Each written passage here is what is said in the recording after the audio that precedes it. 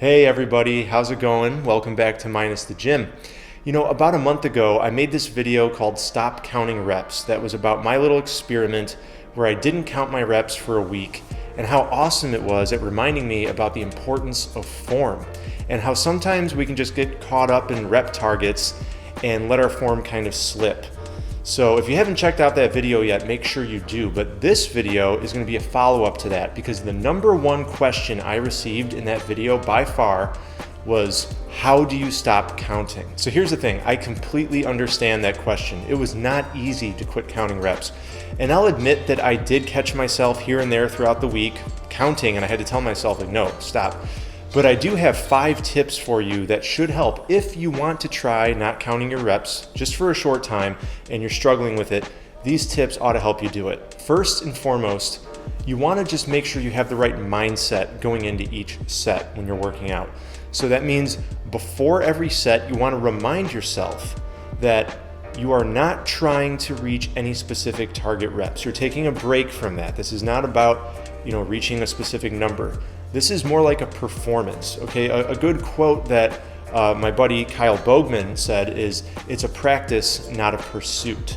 So if you remember that, you kind of go into each set viewing it as a performance, right? So instead of aiming for a certain number of reps, you go into it just saying, I'm gonna give this my best performance. I'm gonna do these reps as perfect as can be, not caring about how many reps I actually do.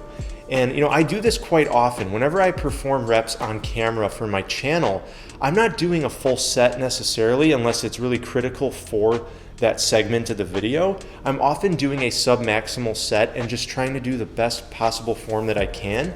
So kind of have that mentality, have that mindset going into it, that this is a performance, all right? It's a practice, not a pursuit. So I'm gonna perform as best as I can, not worrying about how many reps I do. The second tip I have for you, and this goes in line with what I just said about how I record on my channel, is to set up a camera. All right, and we all have cameras. You don't need to have like a fancy Canon or Sony or anything like that. Just your iPhone or Android or whatever it might be. They all have cameras on them nowadays, right? So just set up your phone nearby, prop it up against the wall or on a chair or whatever it might be, a table, and have it so that you're in frame. And that way, if you have trouble not counting, just remind yourself like, I got the camera on me. So if I'm really concerned about how many reps I'm getting, I can watch that back later. And that ought to ease your mind and let you just zone out and focus 100% on that mind-muscle connection. All right, tip number 3, this is a really good one. Put on music and work out to the beat, okay? Now, what I like to do is I typically listen to like metal or rock. I'm really into progressive metal. That's my kind of favorite music right now, but sometimes EDM, something electronic. And I will try to do my reps to the tempo of the music. And that helps me focus more on the music and not counting the reps. But another good example of this is if you've ever seen someone do the Bring Sally Up challenge, okay? It's a song by Moby on his album Play. I think it's called Flower or something like that. But the song says, bring Sally up, bring Sally down. And every time he says that, you go up and you go down in your push-up or whatever it might be. So if you've never done a Bring Sally Up challenge, let me tell you, when you're doing it, you're not concerned about how many reps you're doing. You're focusing on when that song is going to end. You just want it to be over. So that's a good example of how music can distract you. If you're focused on the music, you're not counting reps. For tip number 4, change up the tempo, okay? Or add pauses to your reps too. So changing tempo and pausing is kind of one and the same to me in this case. But that's gonna make it where like counting wouldn't even matter even if you were counting, right? If you wanna see what I mean by this, let's say your max push-ups, if you're doing them as fast as you can with control, is like 30 reps, just for example, right? So someone can pop out 30 push-ups if they really want to, but then I say, okay, instead of doing them as fast as you can, you're gonna do your push-ups as a 10 count, meaning you're gonna go down 1, 2, 3, 4, pause, up, 2, 3, 4, pause, down, 2, 3, 4, pause, up, 2, 3, 4, pause, and so on. So with that tempo, how many reps do you think they're gonna be able to do now? Probably, 8, 10 maybe? So as you can see, by changing up the tempo, the number of reps that you typically shoot for, that you're trying to beat, suddenly becomes irrelevant. And lastly, tip number 5 is to use hybrid exercises.